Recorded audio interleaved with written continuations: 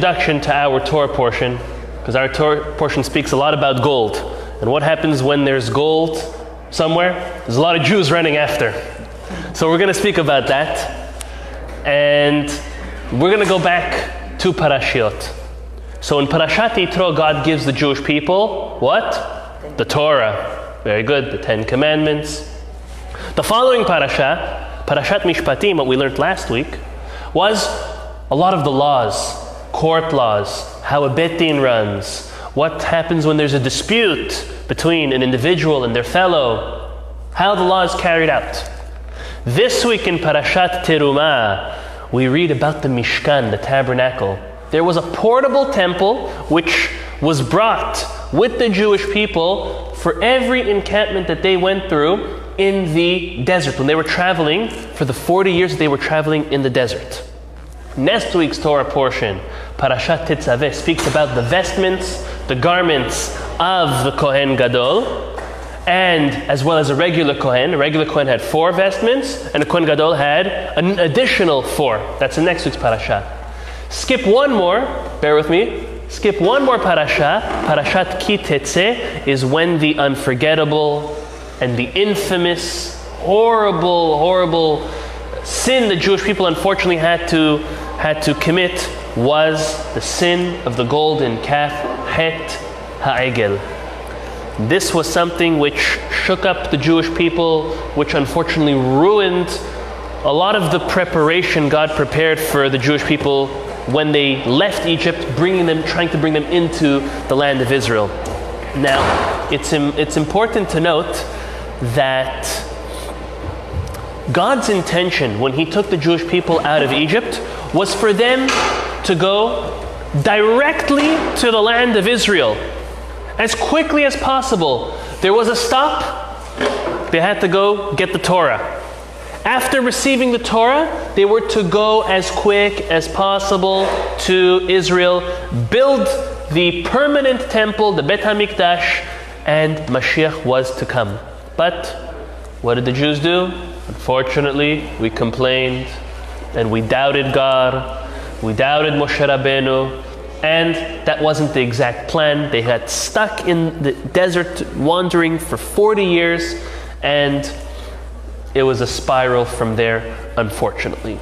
Now, the reason why I'm telling you all this is not to bring you down, it's to bring you up, to make us understand what's going on, to pull out a very strong lesson that we can apply to our lives individually.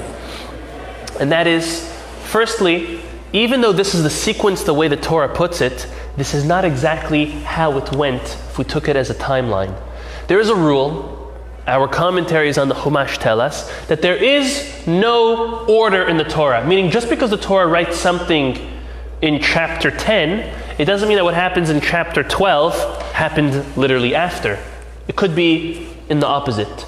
En mukdam u'meuchar b'Torah. There's no order in the way of the Torah. Yes, we know Bereshit, what happened in Genesis, happens before what happens in Exodus. But from there on, there's no order. The truth is portions that we read in Devarim, in Deuteronomy, happened in the middle of Exodus, in the middle of the book of Shemot. So there is no specific order. And I'm telling you this because both Rashi and the Sforno, 2 commentaries on our Torah, amongst others, say that the sin of the golden calf happened before this parasha of the Mishkan, of the tabernacle. And how do we know so?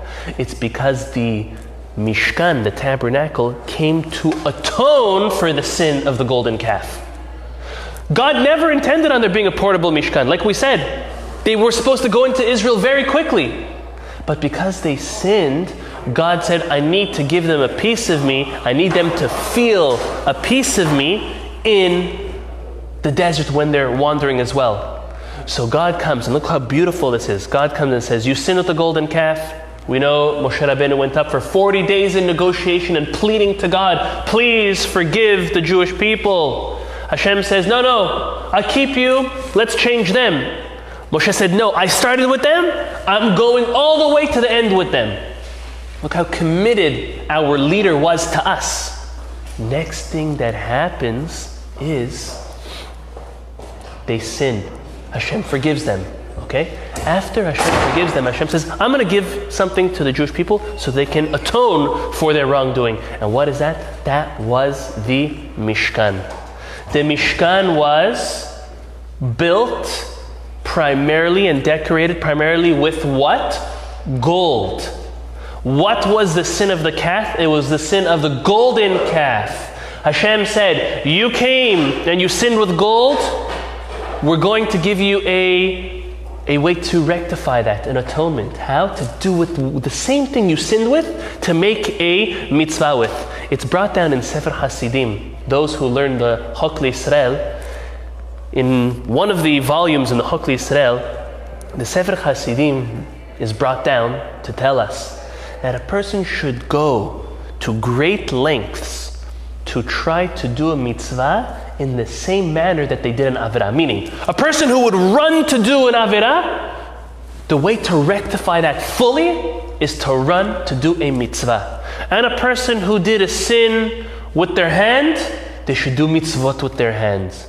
A person who sinned with their eyes, a person who sinned with their mouth, should do mitzvot with their eyes, with their mouth. We should do in the top level of true repentance and true rectification for something that one did was to do in the same manner that was sinned, is to do that mitzvah exactly there. So that's what God said. God said, right now, we're going to give you a mitzvah to do with gold. You sinned with gold, now you're going to do a tremendous mitzvah with the gold. So all this to tell us that even though we're reading now this week's Torah portion and next week's Torah portion all about the tabernacle and the vestments of the Kohen and the Kohen Gadol, this happened as a result of the sin of the golden calf, to which we're going to read in 2 parashas from now to make it clear.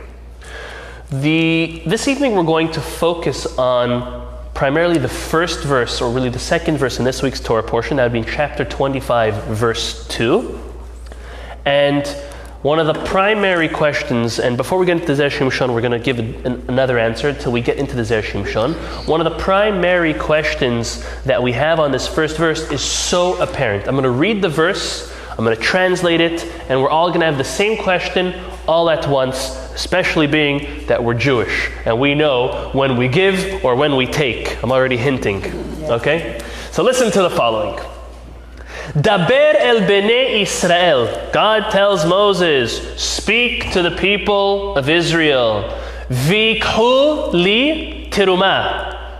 Translated properly means, and take. Vikhu, and take for me a portion. Me'et kol ish, from every man, asher devenu libo, that their heart lends them to it. They want to, they're wholeheartedly wanting to donate. This was not forced upon anyone. This was, you want the opportunity, you come. You don't? No. Tikhu et terumati, take the portion. So right away, many commentaries, and we all have the same question. We don't need to be a biblical commentator to ask this question. This is obvious. Right now, God is telling Moses to beseech the Jewish people, appeal to raise gold and to raise funds to build this tabernacle. So when you ask for something, I say, can you give me something? Not can you take. I don't say, can you take money for me? No, that doesn't make sense. Can you give me money? Can you give me gold to build this tabernacle, to build this Mishkan? Something doesn't make sense. The word vikhu should say vitenu, to give. So before we get into the Zera Shimshon, he's going to really analyze this verse. He's going to bring some nice midrashim, some pieces of the Talmud. Before we get into that, I want to give an answer that I read once, which is based on a story. The story goes as follows. There were two good friends who liked fishing, Mark and Erwin. Mark and Erwin loved fishing. They would fish at any opportunity they could. One time they get into their fishing boat and they head out to sea. And on their way out to the sea, the winds and the waves were getting violent, to the point where the boat was shaking up and down. They didn't know what to do. All of a sudden, Erwin flies overboard and now is in the ocean. And Mark is screaming, Erwin, give me your hand. And he's just giving him a dead stare, and he's trying to save him. He's saying, Erwin. And he just does a dead stare, and the guy drowns. Mark is so sad. He doesn't know what to do with himself. And then he gets back to shore. He's going to have to meet the worst moment in his life. How's he going to answer to his friend Erwin's wife? And he meets the wife of Erwin, and he says, I'm so sorry. I tried saving him. I tried everything, and he drowned. Well, what did you do to try to save him? He said, I was screaming his name, and he didn't listen to me. He says, what else did you say? I said, Erwin, give me your hand. He says, you fool. My husband never gave anything to anybody. You think he would give you his hand? You should have said, take my hand, Erwin. And as funny as the story is, it is so sad because we find ourselves in that same predicament more often than not. When someone comes and asks you for something, it doesn't have to be money. Someone asks you for a favor, someone asks you for some time, for advice, for charity. The first thing when they ask, we cringe. What do they want from me? I know someone, every time his wife asks him something, the guy cringes. He says, oh no, the bloodsucker again. It's very sad because when you view your spouse as a bloodsucker, you turn them into that. And then the relationship gets ruined.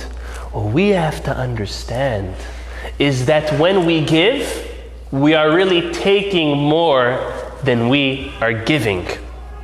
At the end of the day, I, Rabbi Laredo, if I give somebody as charity $1,000, my net worth, according to the bank, is $1,000 less. We can all agree to that, right? But no, really, numbers-wise, I'm $1,000 less. But now I am part of this project. I'm part of helping this person. I've used 10 hours of time to help a certain person. Did I waste those 10 hours of my life? Or did I gain those 10 hours of merit that I was there to help someone who needed me? It's a whole mind switch. Did I get the merit of stepping up to the plate and becoming a partner and joining the opportunity for whatever it is that someone needs of me? Or am I just trying to avoid it, to beat around the bush? That's why God is telling Moshe Rabbeinu to tell the Jewish people to take a portion. This is not forced upon anybody. Who wants to step up to the plate and take this opportunity?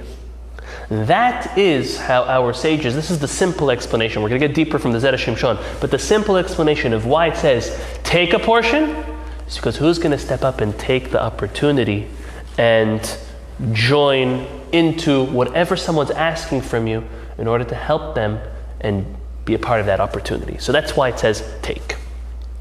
Now we're going to get into the Zera Shimshon. The Zera Shimshon asks at first two questions on this verse. He says, when the Torah says, take a portion, give a portion, however you want to translate it at this point, give a portion of oneself, a donation to the tabernacle, to the Mishkan, me'et kol ish asheri devenu libo, from every man who their heart wants to give. The Zera Shimshon asks, me'et kol ish, from every man, is that excluding anybody?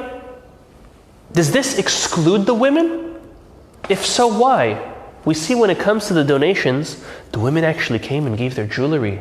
They gave their golden earrings, their golden necklaces, their bracelets. The women also wanted part in this amazing edifice which was going to accompany them for the next 40 years in the desert.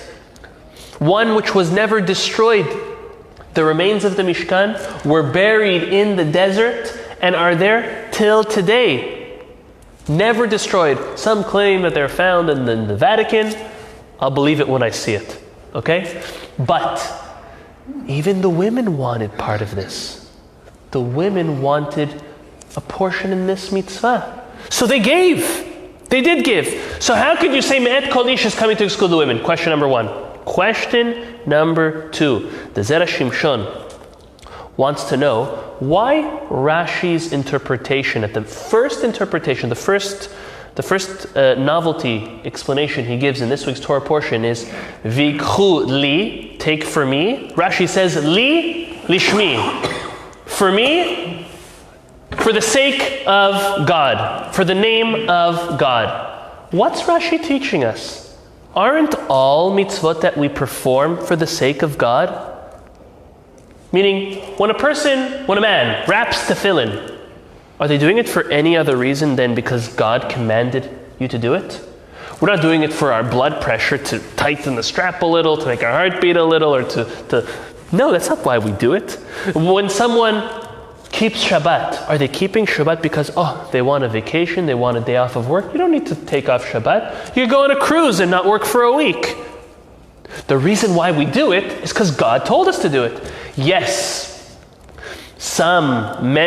most of us fulfill the laws in the Torah because we want the reward as well. Although that's not the ideal, right? In the first chapter of Pirkei Avot it says, we should not be like the ones who serve our master looking forward to a prize or for a reward. Rather, al minat shelo lekabel pras, to do it for the sake of God.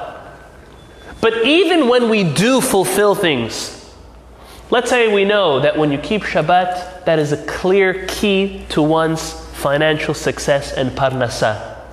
Clear correlation. God says work 6 days and don't work the 7th.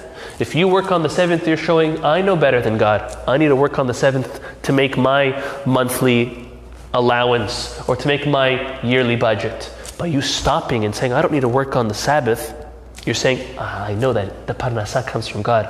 I know my livelihood is in God's hands. Same thing, when a person gives charity, a person understands, I'm only a helper of God. I'm only a messenger of God. And when I act as a messenger of God, God gives me more to help more people. So we do it, maybe because we do want a reward, and there are ulterior motives. But deep down, at the end of the day, the reason why we do what we do, why we fulfill what we fulfill, is for the sake of God. It's because He told it to us. So Zera Shimshon says, what is Rashi telling us different by this mitzvah than any other mitzvah?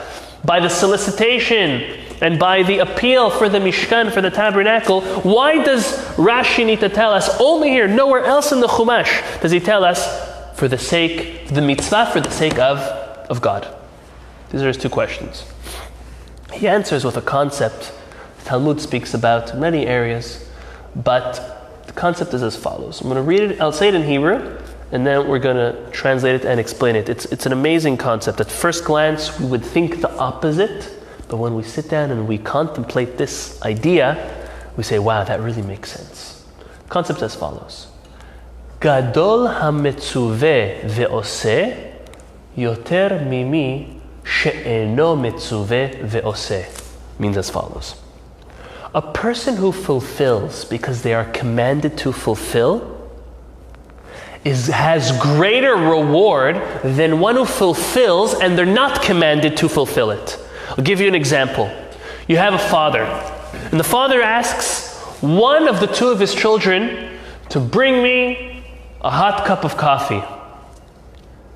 And the first child, which the command was directed to, he doesn't really jump to it. The second child goes and does it. Now imagine the opposite, and the first child would have been the one to come forth and to make the coffee. Which one do you think in which scenario would the father be happier? When the child he didn't ask brought what he asked for, or when the child he asked for it was the one who brought it? So at first glance you'd say, amazing, the child who I didn't even ask was the one who brought it for me. Wow, imagine if I would have asked them. But the truth is not. Deep down, we understand that when you ask someone for something, they're able to do it. That's what we truly enjoy most and we truly appreciate most. When it comes to mitzvot. One who is obligated to fulfill a mitzvah and they fulfill it, their merit is more than one who doesn't fulfill it. Let's give a couple examples of mitzvot. Let's take the example first, mitzvot more, let's say for women. Mitzvah v'mikveh is an obligation, a Torah obligation for a woman. For a man nowadays, it's just a nice thing. It's a nice minhag, it's a nice tradition. Not against it at all, very pro. But the level of obligation is completely on a different level than for a woman compared to a man. Now, when a woman goes to a mikveh, who's obligated to go, compared to a man when it's optional, who gets a bigger mitzvah? Who gets a bigger reward? The woman. Lighting Shabbat candles. Who's the obligation of lighting Shabbat candles on? Is it on the man or on the woman? It's on the woman. So when a man lights Shabbat candles, yay, it's great, it's perfect, there's a lot of merit. But when the woman lights the Shabbat candles, there's so much more. Let's take examples for the men. Men have an obligation that they are also obligated for time-bound positive commandments, such as anything that is day restricted by the day. For example, tefillin. Tefillin, we only are to wear them during the day, and therefore women are not obligated to wear tefillin. Or a sukkah. Sukkah is also a time-bound, positive commandment. It's Shiv'a Yamim Teshuvu Besukkot. 7 days you should sit in the sukkah. That's time-bound. So the obligation of a man for a sukkah is more than for a woman. So when a man and a woman both sit in a sukkah, the man gets more merit because he was obligated to do so. When a woman, it's optional for her to do so. Now, having said that, how does this mechanism work? That when you're obligated to do it, you have more merit. And when you're not obligated to do it and you do it voluntarily, you have less merit. How does that make sense? So I'm going to tell you Tosafot's answer on the Gemara, and then I'm going to share the Zera Shimshon's answer, a novel answer, something different that I don't think anyone's ever heard. Tosafot says, and this is brilliant in and of itself, Tosafot says that when someone's commanded to do something, they now have an inclination, a yetzer hara, to defy, to go against. Think of it with your children. When you command your child to do something, they want to do the opposite. So what do smart parents do? Mediocre smart parents, they command the opposite of what they want. They're not too smart yet. The smartest parents don't command, they hint. They do like an inquiry or a light request. And then they see great results. That's a perfect tool in parenting. That works the best. But when someone's commanded to do something, they have this obvious pushback to say, I'm boss, I want to decide what I do with my life and I want to do it my way. So when someone's obligated, and when someone's obligated by God to do something, and then they do it, according to Tosafot, they're taking 2 steps. Number 1, to beat the yetzer hara, to beat the evil inclination on not doing it because they were commanded. And number 2, actually fulfilling it. When someone has it optional to do it or not, and they do it, they didn't have that inclination pushing them, don't do. So they only, so to say, took the 1 step of fulfilling, opposed to 1 step to overcome the inclination, and another step to fulfill it. And that's how Tosafot explains that when a person is obligated, they get more reward when they fulfill, opposed to a person who's not obligated. All of this to now get into Zera Shimshon's interpretation to this concept, and then to answer our questions. The Zera Shimshon says a completely different idea. He says, you know why there is more merit to a person who is obligated and fulfills opposed to a voluntary fulfillment? He says, because when one is obligated to fulfill, and they actually fulfill, they can have the intention, they can have the concentration when they're fulfilling it, that I am fulfilling this because God commanded me to do so. When a person is doing the motion, doing the action, with that in mind, that now transcends that action and that mitzvah, that deed, to a higher place, because now you're connecting to the one who commanded it. You're connecting to God at a stronger level. You're able to, so one person's able to say, I'm just fulfilling. Another person is, I'm fulfilling the decree of my master. Having that in mind. When a person has it in mind, that transcends them to a higher level. With this, the Zera Shimshon answers. When it came to the women, in truth, this appeal was excluding the women. Really? How's that? That's not fair. Everyone should take a part in this. So listen to what the following halacha is, codified in the Shulchan Aruch, brought down from the Gemara. That one is not allowed to solicit a woman for a large donation. It's not allowed. To the point where if a woman gave a large donation to any cause, if her husband disagrees, halachically, the organization or the individual who received the money has to return it. If they would go to Bet Din, it would be returned. Psst. What's this all about?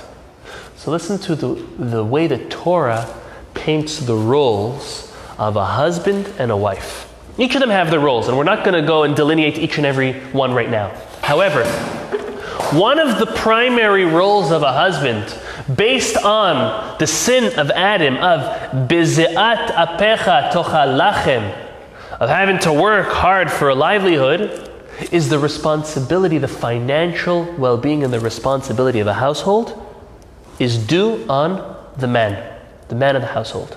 Now, because of that, it doesn't matter whether he brings in more money or she brings in more money. The concept is the man is the one who has to make sure that everything makes sense, that they're able to pay their bills and what's coming up. And he's the one who has in plan what's with the retirement and which other donations has he given or not.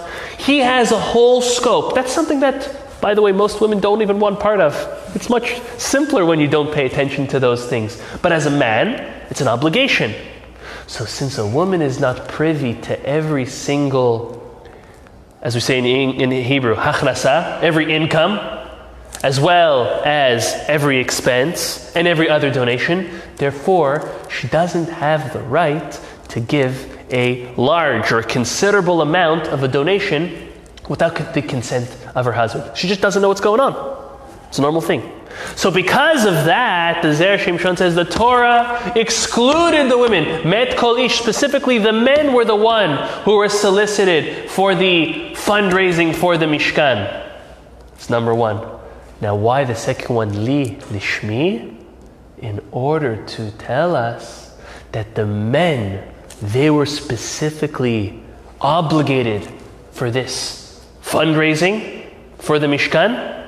So now when they give, they're able to have the intention, I'm fulfilling like a mitzuveh ve'oseh, like one who's obligated and fulfilling.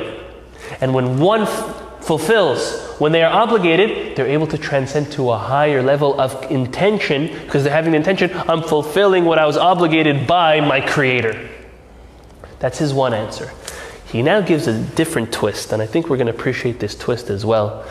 He answers it with a Gemara in Masechet Menachot that says, if we look through the Torah portions, if we look through our Torah, we see multiple names of God. The Rambam actually counts 7 different names we have for God, all different attributes and different aspects of God. However, the Talmud says, if we look all of the Torah portions of korbanot, of sacrifices, we only have one name of God. His Shem HaMeyuchad, Yud and Hey, and Vav and Hey. The main name of God. The Talmud says, you know why? In order that no one would make a mistake and think that the sacrifice that's being brought is not for any other type of God or any other type of power, only for God.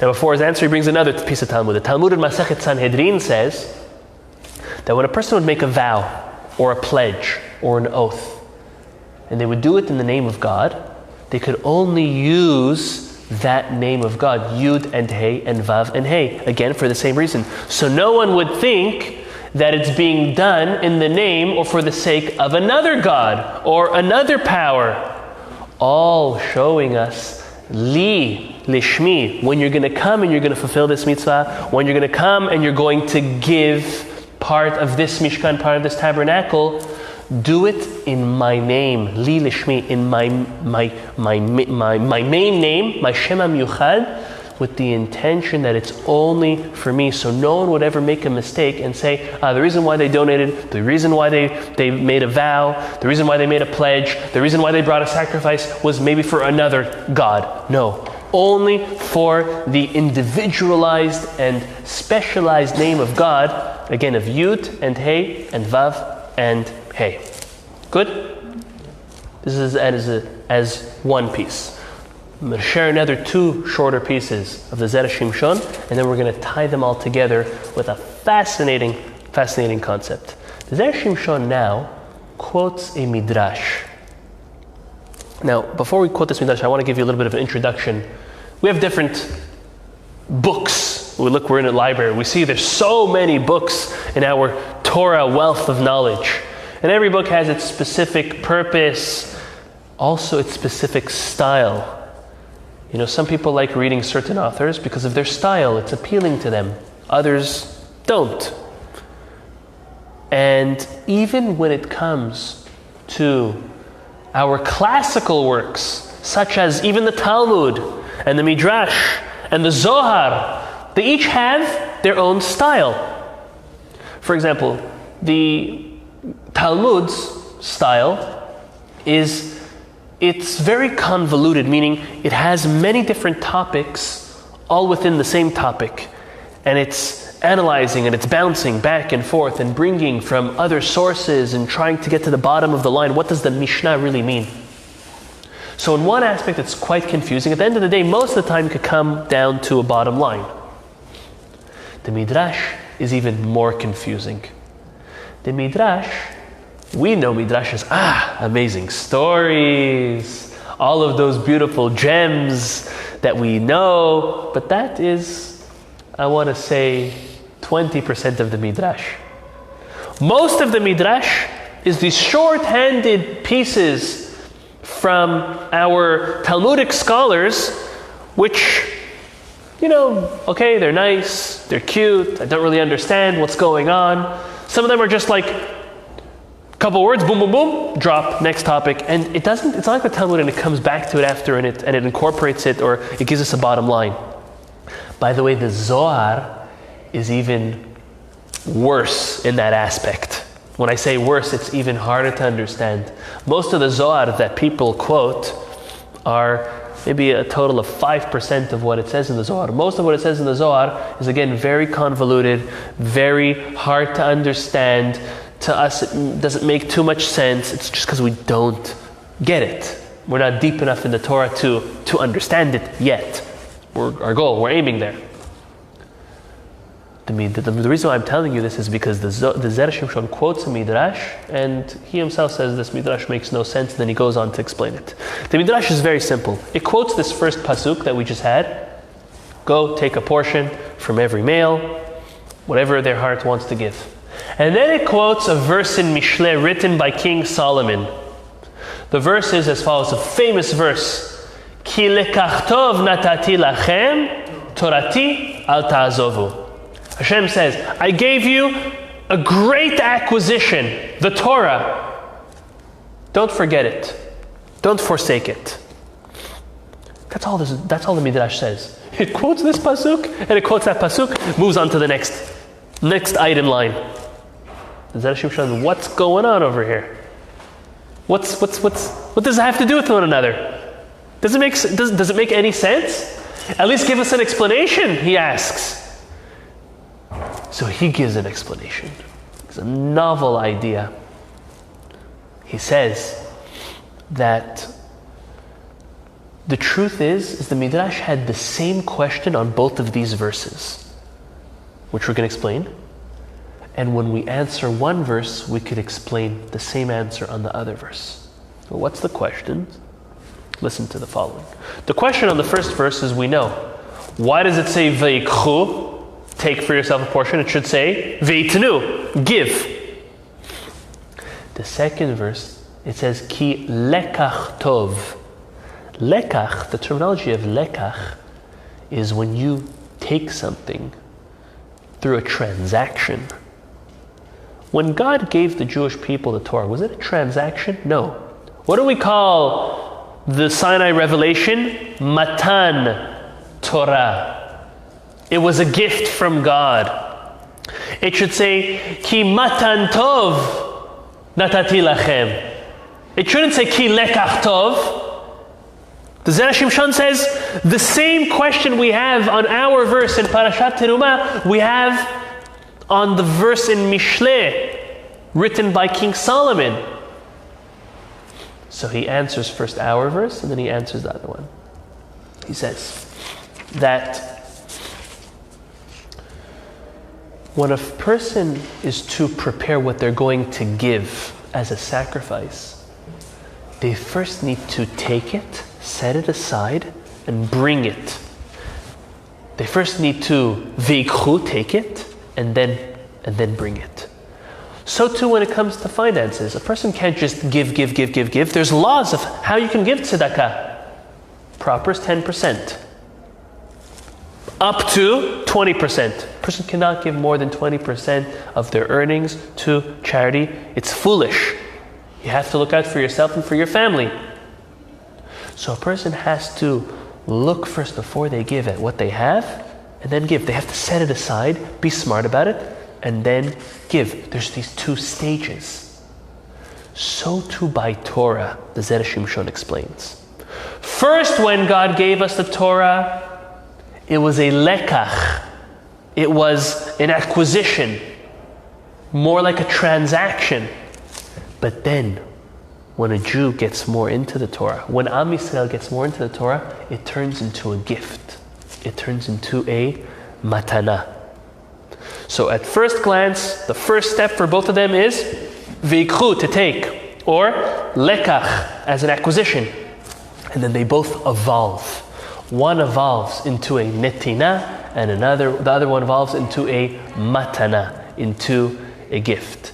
And that's how the Zera Shimshon explains what the Midrash is doing with those two. When a person gets into Torah and understands Torah, you realize it's no longer a burden, rather it's a gift, and it's beautiful. He brings a proof. The Talmud says that the Torah is first called Torat Hashem. It's first called the Torah of God. Obviously, it's his authorship.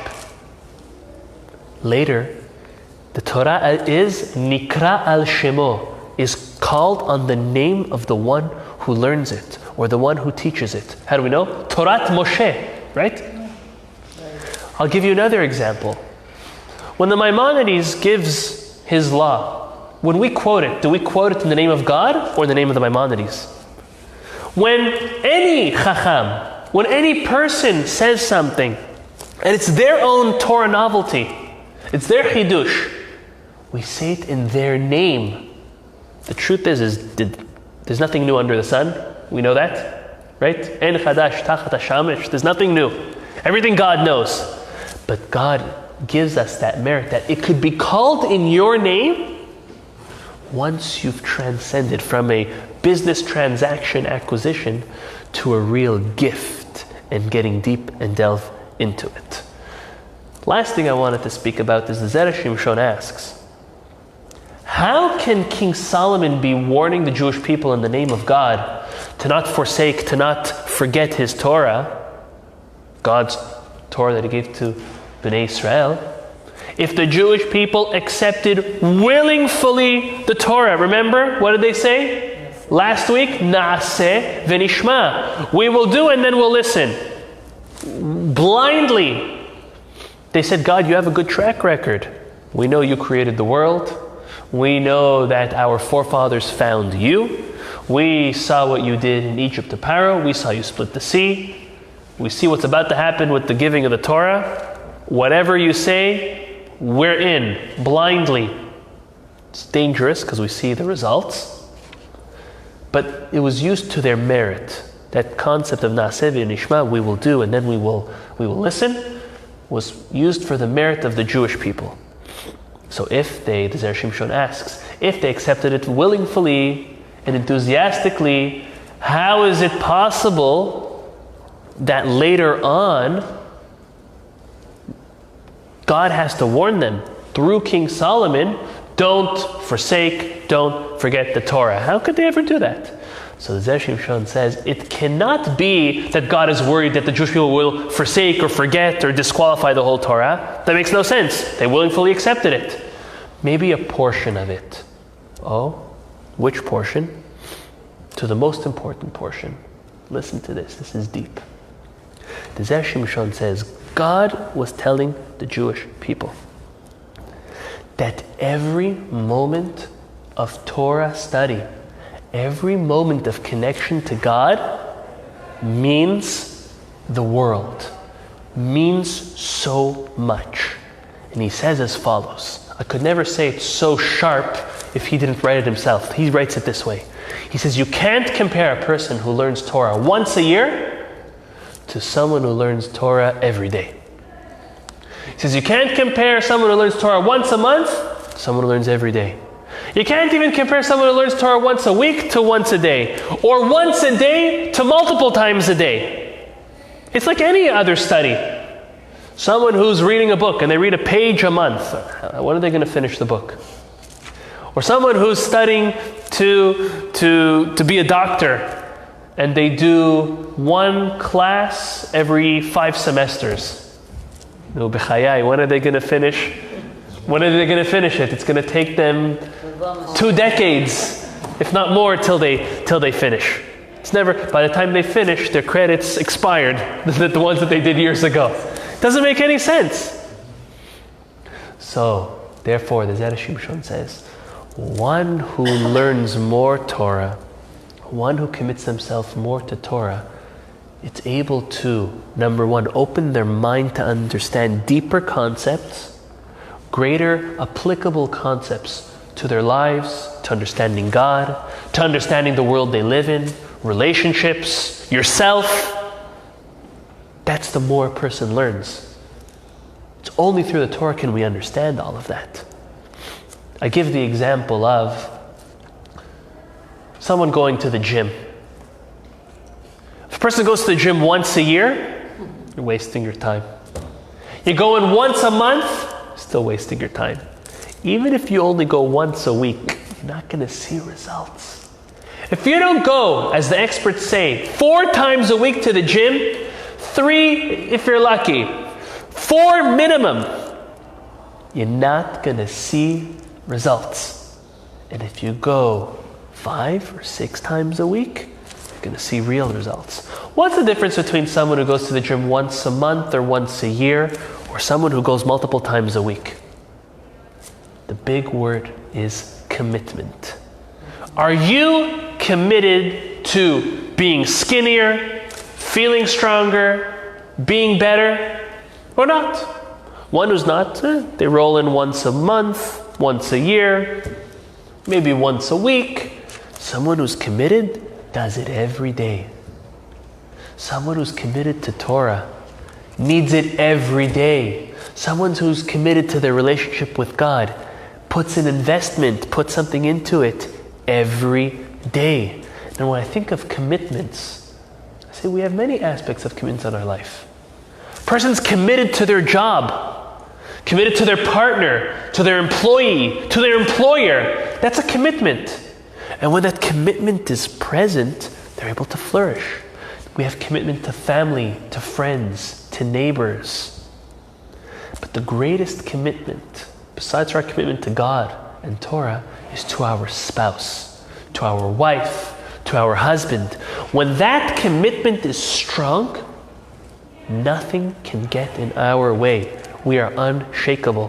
When those 2 aspects, the aspect of commitment to God and Torah, is unshakable, and the commitment between you and your spouse is unshakable, you can conquer the world. It's possible. There's been great people who has done it. We can do it as well. But there's something we need to understand about commitment. And I'm going to give you the greatest example. When there is commitment, the Yetzer Hara, the evil inclination, does everything to now fight against. Because he knows that when there is commitment, the potential is exponential. It's going to be. So he fights. look at the perfect proof I'm going to give to you.